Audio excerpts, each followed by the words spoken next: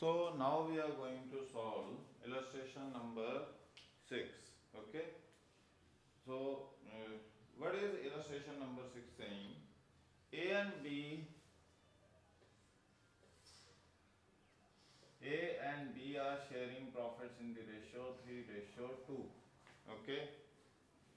They agreed to take C into partnership for 1/3 share. Okay. 1/3 share. For this purpose, goodwill is to be valued at 2 years purchase. Goodwill क्या होगी? 2 years purchase of average profit. ये goodwill है आपके पास. Okay. So here we are given the profits. 31st March 2014, 31st March 15, 31st March 16, 31st March 17. Okay, तो 4 साल के profit दिए हुए हैं हमें, और क्या क्या दिया हुआ है? 50,000 का प्रॉफिट दे रखा है. ओके, फिर आपको प्रॉफिट दिया हुआ है 1,20,000 का. ओके, फिर आपको प्रॉफिट दे रखा है 1,80,000 का. ओके, और फिर आपको लॉस दे रखा है 70,000 का. ओके, तो ये आपके पास सिचुएशन है. ऑन 1 अप्रैल 2016, मतलब आखिरी साल में 1 अप्रैल से, क्योंकि ये कहां से स्टार्ट हो रहा है? 1/4/16 to 31st March 17. Okay, one motorbike costing 50,000 was purchased and that एक मोटरसाइकिल खरीदी थी, मोटर बाइक खरीदी थी 50,000 की, and it was debited to traveling expense. अब मोटर बाइक जो है वो है कैपिटल एक्सपेंडिचर. हम जो चेक कर रहे हैं वो क्या है? Revenue expenditures. Okay, profit and loss तो कहाँ से? रेवेन्यू एक्सपेंस है, और उसमें लॉन्ग टर्म एसेट्स का खर्चा तो इंक्लूड होता ही नहीं. मगर आपने क्या किया? मोटर बाइक को ट्रैवलिंग एक्सपेंस बना के प्रॉफिट एंड लॉस अकाउंट के अंदर रिकॉर्ड कर दिया. ओके, तो अब आप क्या करोगे? पहले तो उस एक्सपेंस को, एबनॉर्मल एक्सपेंस जिससे प्रॉफिट कम हो गया था, उसे वापस ऐड कर दो. ओके, तो 50,000 हमने ऐड कर दिया इसमें. अब उसके ऊपर क्या था? डेप्रिसिएशन भी थी. वो जो मोटरसाइकिल थी आपने खरीदी, उसके ऊपर 20% की डेप्रिसिएशन थी. सो 20% की डेप्रिसिएशन मतलब आपका जो टोटल एसेट था वो कितने से कम हो गया? 10,000. मतलब डेप्रिसिएशन तो आपका रेवेन्यू एक्सपेंस है, जबकि मोटर बाइक जो आपने खरीदी थी वो क्या है? कैपिटल एक्सपेंडिचर है.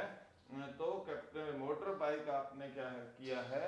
प्लस कर दिया, ताकि लॉसेस आपके प्रॉपर जगह पे पहुंच सके. मतलब जो नेट प्रॉफिट की सिचुएशन है आपकी एग्जैक्ट आ सके. और जो डेप्रिसिएशन आपने नहीं माइनस की थी, वो डेप्रिसिएशन आप माइनस करेंगे, तो नेट क्या आएगा हमारे पास? 50,000, 1,20,000, 1,80,000, एंड लॉस इज, अब ये कितना रह गया? 40, तो 30,000 का लॉस रह गया. अब एवरेज प्रॉफिट क्या है आपके पास? Average profit is equal to 50,000 plus 120 plus 180 plus 30,000 का लॉस डिवाइडेड बाय 4. तो ये कितना आ गया? 3,20,000 divided by 4, that is 80,000. Now goodwill is equal to twice the profit, average profits, that is 1,60,000 rupees. So ये आपके पास गुडविल है. ओके, इस तरह से आप कैलकुलेट करोगे गुडविल क्वेश्चन नंबर 6 में. ओके, अब हम चलते नेक्स्ट कंसेप्ट जिसे कहते हैं weighted average.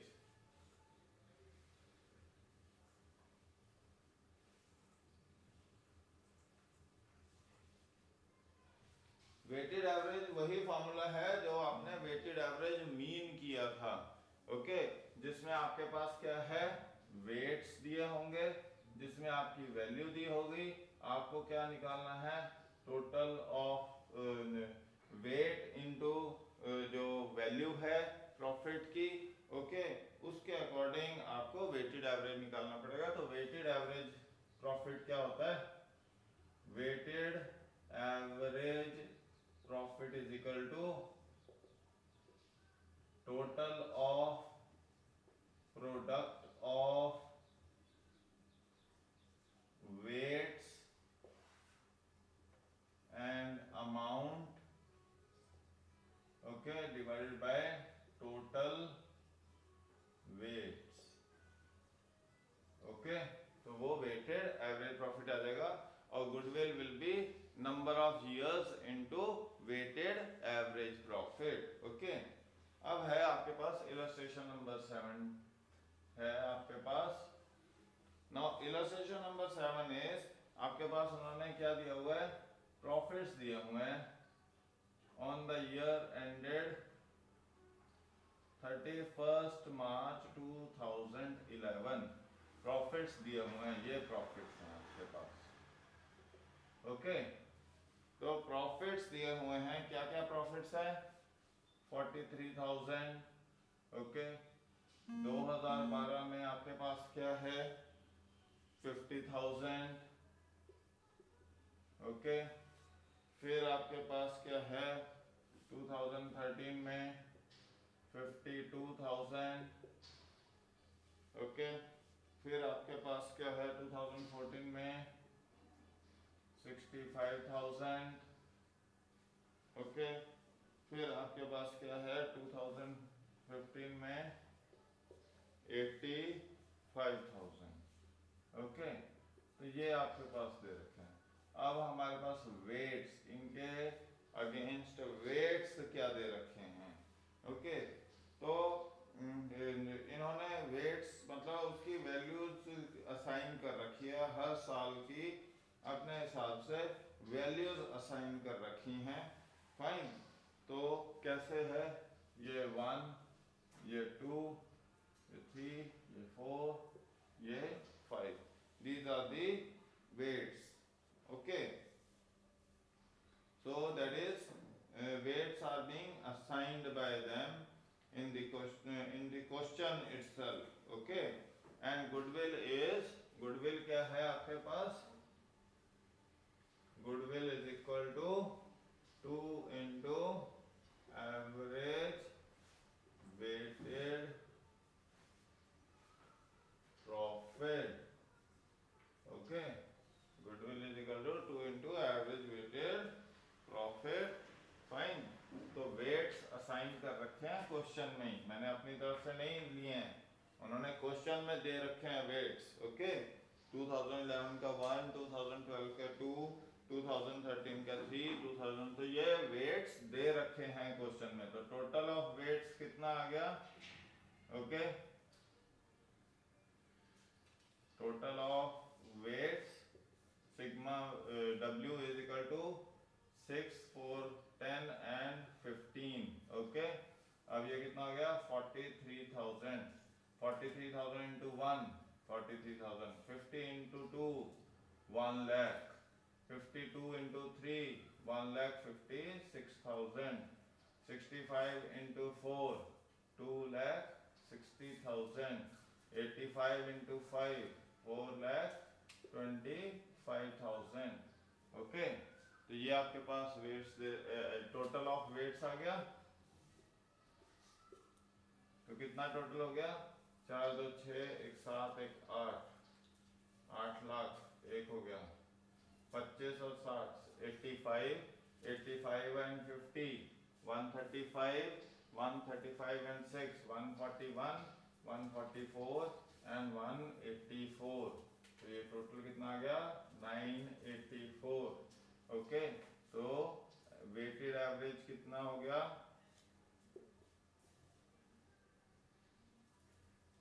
Weighted average is 984 divided by 15। अब 15 6 90, ओके 84 आ गया आपके पास।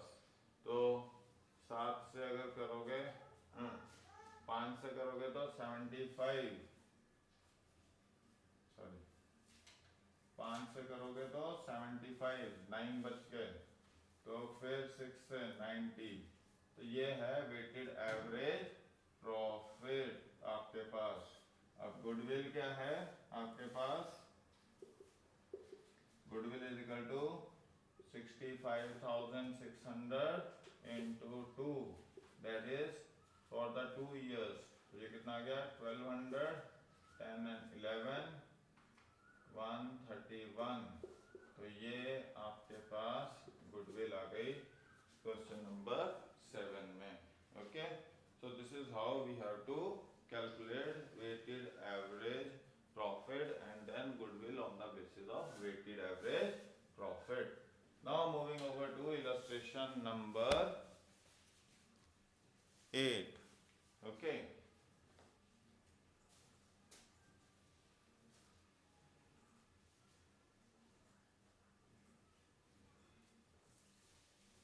so illustration number 8 is there.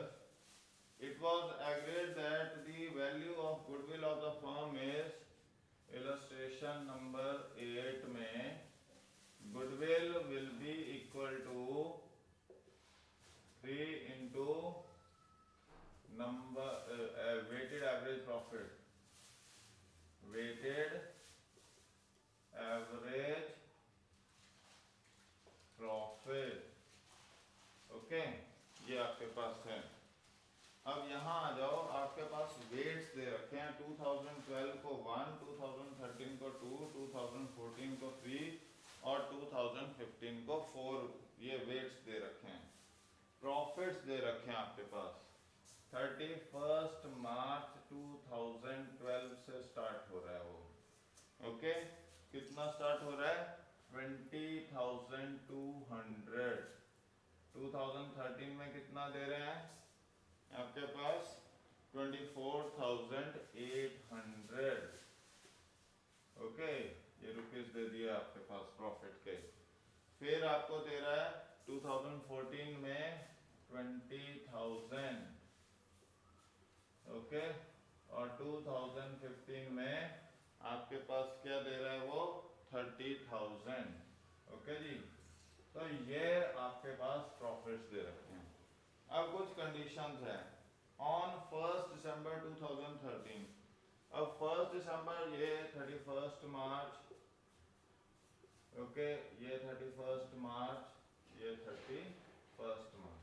अब वो कह रहा है 31 दिसंबर, तो 31 दिसंबर 31 मार्च के बाद आ रहा है 2013 का, मतलब इस ईयर में कुछ गड़बड़ की है आपने। क्या गड़बड़ की है? A major repair was made in respect of plant incurring 6,000 which was charged to revenue। आपने किया कैपिटल एक्सपेंडिचर 6,000 रुपए का, ओके, मगर आपने लिख का दिया रेवेन्यू लॉस दिखा दिया।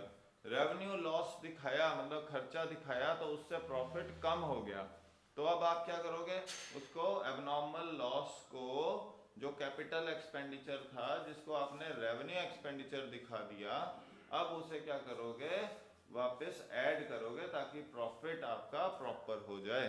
तो आपने कोई खर्चा ज़्यादा निकाल दिया था, अब उस खर्चे को वापस ऐड करके उस प्रॉफिट को जो आपने कम किया था उसको इम्प्रूव करोगे। तो यहाँ क्या है 6,000 को हम ऐड कर देंगे, ओके, जो कैपिटल एक्सपेंडिचर था, एक्सपेंडिचर wrongly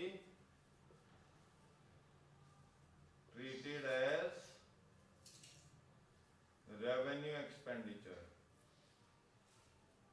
ठीक है जी, तो 6,000 रुपए का आपने गड़बड़ कर रखी थी। उसके आगे क्या लिख रहा है, the paid up sum agreed to be capitalized for goodwill calculation subject to adjustment of depreciation. अब वो कह रहा है कि इसमें डेप्रिसिएशन लगनी थी, ओके, तो आपने क्या किया, आपने उस कैपिटल एक्सपेंडिचर को पहले तो रेवेन्यू एक्सपेंडिचर दिखा दिया, तो ये गलती की। अब रेवेन्यू एक्सपेंडिचर के ऊपर तो डेप्रिसिएशन लगा ही नहीं सक रहे थे, तो आपने डेप्रिसिएशन नहीं चार्ज की। तो पहले आपने क्या ठीक किया, उसमें हमने रेवेन्यू कैपिटल एक्सपेंडिचर को कैपिटल एक्सपेंडिचर की तरह ट्रीट किया। तो मतलब उससे क्या हुआ, जो प्रॉफिट आपने कम किया हुआ था उतनी अमाउंट से प्रॉफिट इंक्रीज कर गया। बट अब इसके ऊपर जो डेप्रिसिएशन बनती थी वो माइनस करेंगे। ओके, तो डेप्रिसिएशन कितनी बन रही है, ये तो 31 दिसंबर को था, नहीं 1 दिसंबर को था, तो 6000 के ऊपर 1 दिसंबर से 31 मार्च तक 4 महीने हो जाते हैं। ओके, तो 4 महीने का 10% डेप्रिसिएशन। ओके, कितना हो गया, 200 रुपए। तो यहां तो 200 रुपए माइनस करोगे। अब उसने कहा है कि ये रिटर्न डाउन वैल्यू मेथड से है, तो 6000 में से अगर आप 200 माइनस कर देते हो तो क्या रह जाएगी पिछले साल वैल्यू 31 मार्च 2014 तक 5800। ओके, अब इस 5800 पे 10% चार्ज करेंगे तो ये माइनस कर दिया जाएगा। ओके, तो ये हमने मिस्टेक कर रखी थी डेप्रिसिएशन की, जो हमने नहीं चार्ज की थी, तो हमने अब वो डेप्रिसिएशन चार्ज कर ली है। ओके, अब इसके बाद एक और चीज थी कि closing stock for the year ending 31 मार्च 2013, इस साल में क्लोजिंग स्टॉक ओवर वैल्यूड था। ओके, तो अब हम क्या करेंगे, देखो अगर 31 मार्च 2013 में क्लोजिंग स्टॉक x प्लस 2400 होता है, तो जो ग्रॉस प्रॉफिट भी वो क्या हो जाएगा, x प्लस 2400 हो जाएगा। ठीक है, और 1 अप्रैल 2013 नेक्स्ट ईयर ओपनिंग स्टॉक क्या हो जाएगा हमारे पास, x प्लस 2400। तो जिससे हमारा ग्रॉस प्रॉफिट क्या आएगा यहाँ, x minus 2400। Okay, sales normal है। ओके, ओपनिंग स्टॉक नॉर्मल है, परचेज नॉर्मल है, यहाँ परचेज नॉर्मल है, सेल्स नॉर्मल है। ओके,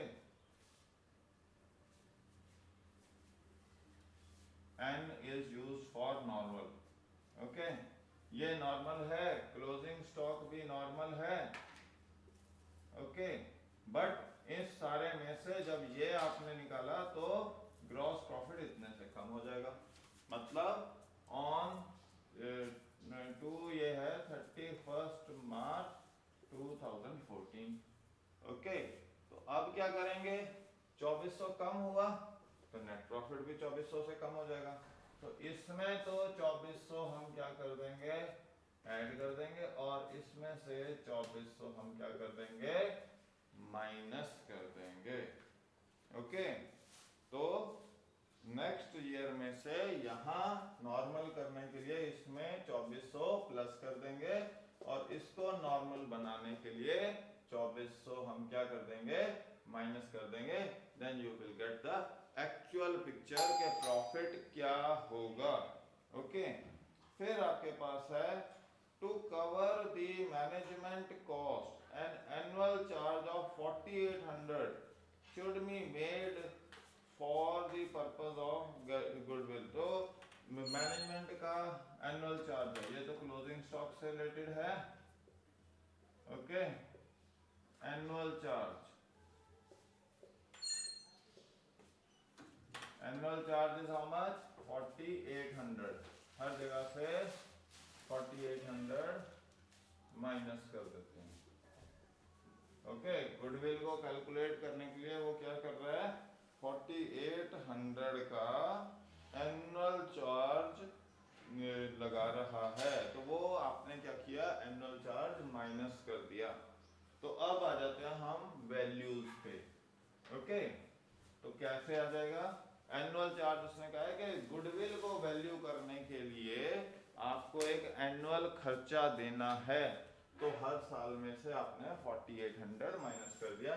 अब आ जाओ नेट वैल्यू। 20,200 में से 4000 निकाल दो तो कितना आ गया? 16,200 और 15,400 रुपए यहाँ पे आ गए। ओके, 24,800 में से 7,200 माइनस कर दिए तो ये कितना आ गया? 17,600 एंड 17,600 आ गए। अब यहाँ पे क्या आ गया? 26,000 और 28,400 में से 4,000 निकाल दो। 28,200 में से 4,800 निकाल दो तो कितना आ गया? 400, ये 7 और ये 3, तो 23,400 रुपए ये आ गया। अब नेक्स्ट क्या है आपके पास? 30,000 में से 4,800 निकाल दिया तो कितना रह गया? 25,200 और इसमें से 580 और माइनस कर दिए तो कितना आ गया? 20। 11 में से 5 गए 6। ओके, तो ये आ गया 24,620। ओके, अब यहाँ तो ये आ गया आपके पास प्रॉफिट, दैट इज एक्स। 15,400, 17,600, 23,400 और 24,620। और यहाँ पे weights, okay, 1 2 3 and 4, so WX is 15,400 और ये कितना आ गया? 200 और 34 और 35,200 और ये कितना आ गया? 200, 3 3 9 और 10, 6 और 7 और ये कितना आ गया? 80, 6 4 24, 2 16 और 2 18। ओके, 4 4 16, 2 18, 8 और 9। ओके, ये कितना आ गया आपके पास? 80, 4 2 2 4 4 8 4 12। ओके, 8 10 18 19। ओके, 9 1 10 10 10 20 और 21। तो वेटेड एवरेज प्रॉफिट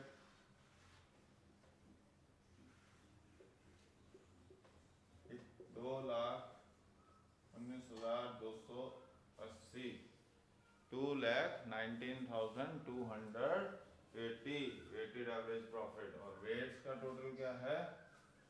10। ओके, 10 तो कितना आ गया? 21,928 और गुडविल कितनी आ गई? Goodwill is equal to 21,928 into 3। Okay, तो कितना हो गया? 24, 3 2 6 8 and 3 9 27, 5। ये आपके पास गुडविल आ गई 3 ईयर्स के परचेज के बाद। ओके, तो ये आप पे इस तरीके से हम वेटेड एवरेज प्रॉफिट के थ्रू क्या निकालेंगे? Goodwill. Okay,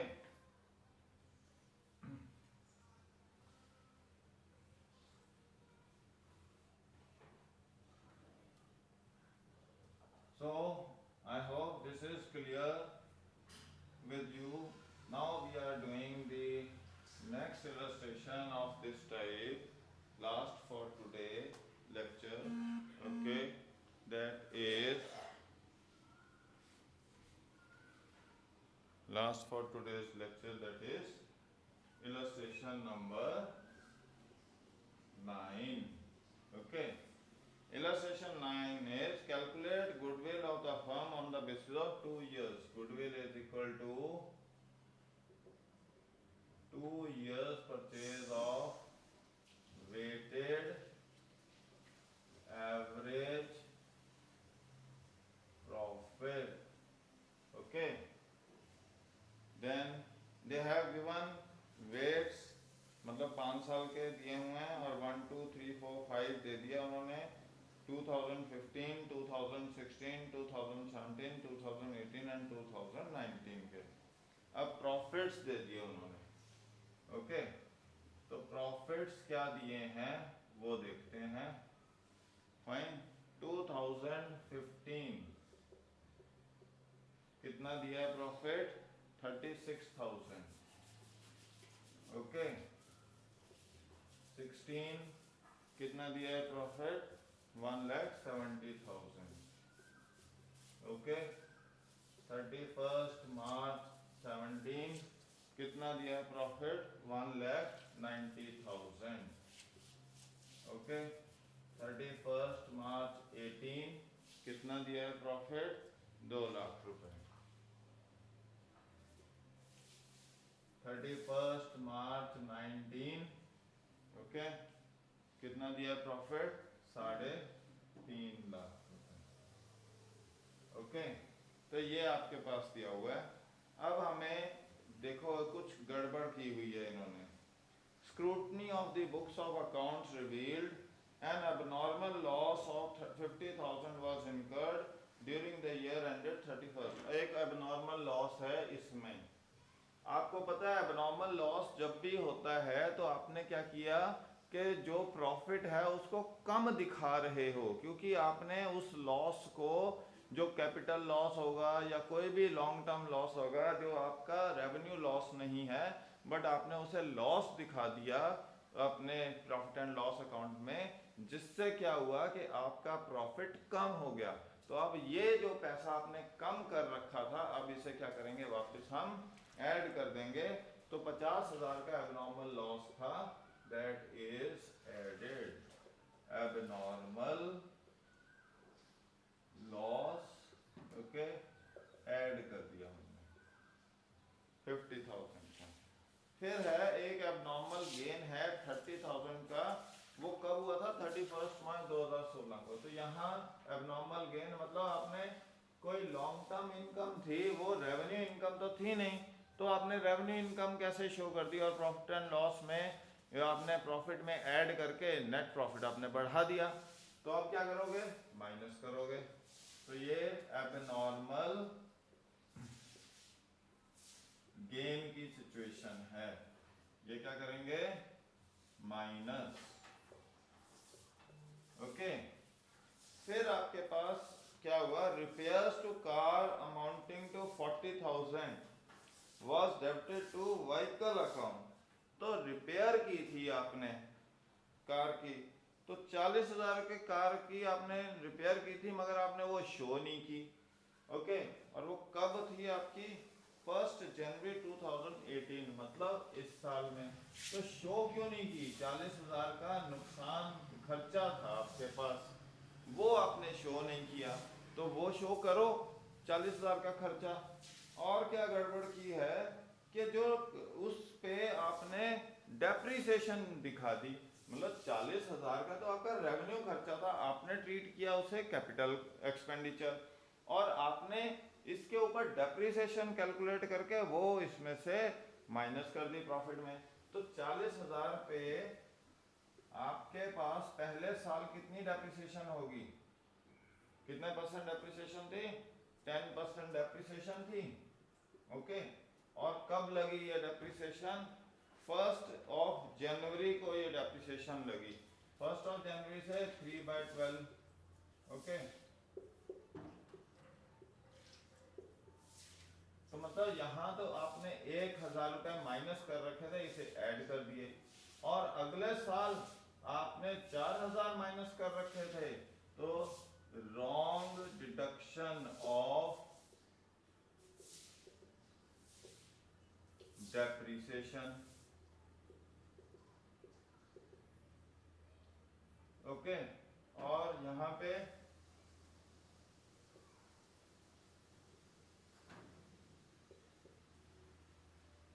revenue expense wrongly treated as capital expenditure। Okay जी, तो ये आपने गलती कर दी। तो अब फाइनल वैल्यूज क्या आ जाएंगी आपके पास, देखो ये दोनों ऐड हो गए 86,000, ये माइनस हो गया 1,40,000, इसका कुछ नहीं हुआ 1,90,000, यहाँ 40,000 माइनस होंगे 1,000 ऐड होगा तो 1,61,000, और यहाँ 4,000 ऐड हो जाएगा तो ये कितना हो जाएगा। ओके, अब हमारे पास वेट्स दे रखे हैं 2000, 15, 16, 17, 18, 19, 1, 2, 3, 4, 5।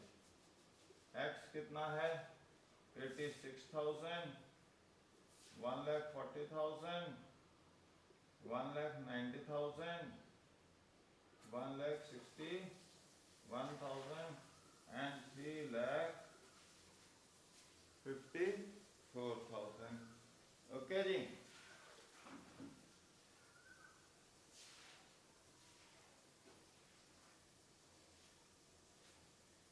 ओके एक एलिमेंट और रह गया, closing stock on 31 March 2018 was under valued. अब यहाँ एक चीज और रह गई कि क्लोजिंग स्टॉक अंडर वैल्यू था। अगर क्लोजिंग स्टॉक अंडर वैल्यू हुआ तो प्रॉफिट भी कम निकलेगा। मतलब ये देखो, ये ट्रेडिंग अकाउंट है आपके पास, या क्लोजिंग स्टॉक अंडर वैल्यूड है, मतलब ये कितना है x माइनस 50,000 है।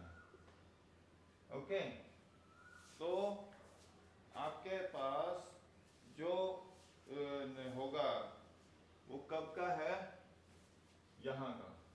तो जीपी क्या हो जाएगा आपके पास, यहाँ x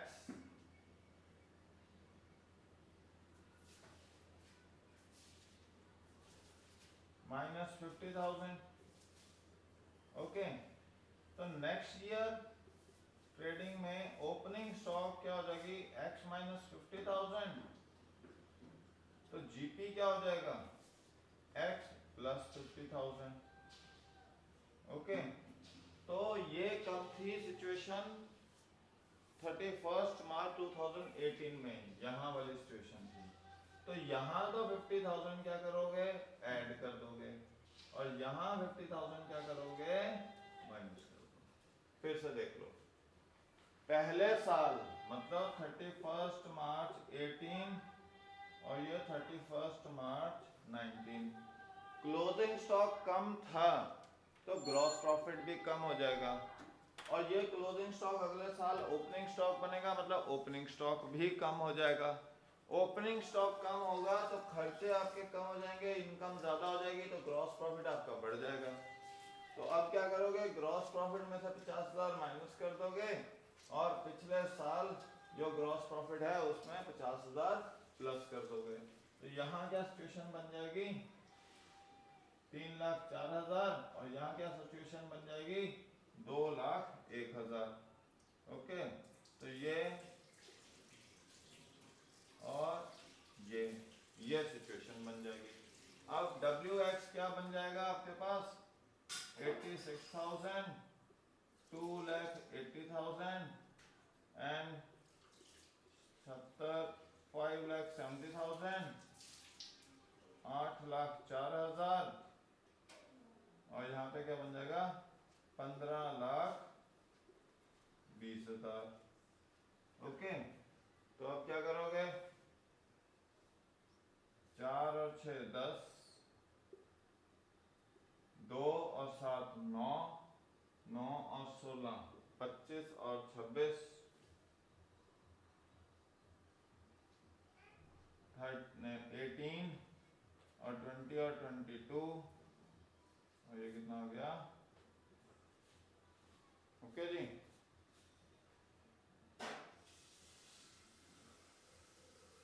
देख लो फिर से टोटल 24 और 6 75 8 8 16 और 16 और 7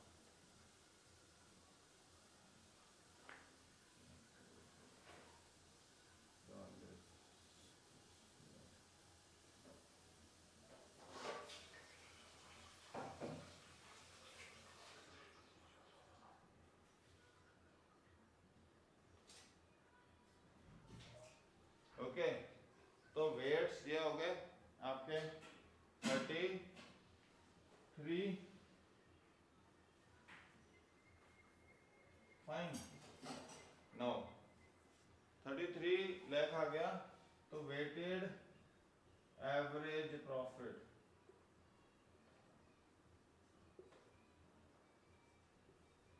कितना आया? 33 लाख डिवाइडेड बाय 4 3 7 2 9 और 1 10 15 2।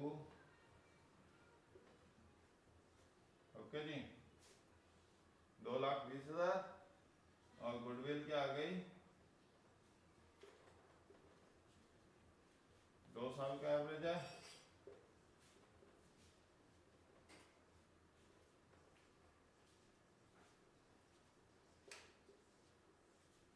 ये आपके पास गुडविल आ गई है। तो इस तरीके से हमारा वेटेड एवरेज मेथड भी खत्म हो गया। अब इसके बाद हम नेक्स्ट लेक्चर करेंगे with respect to super profit and then हमारे पास क्या है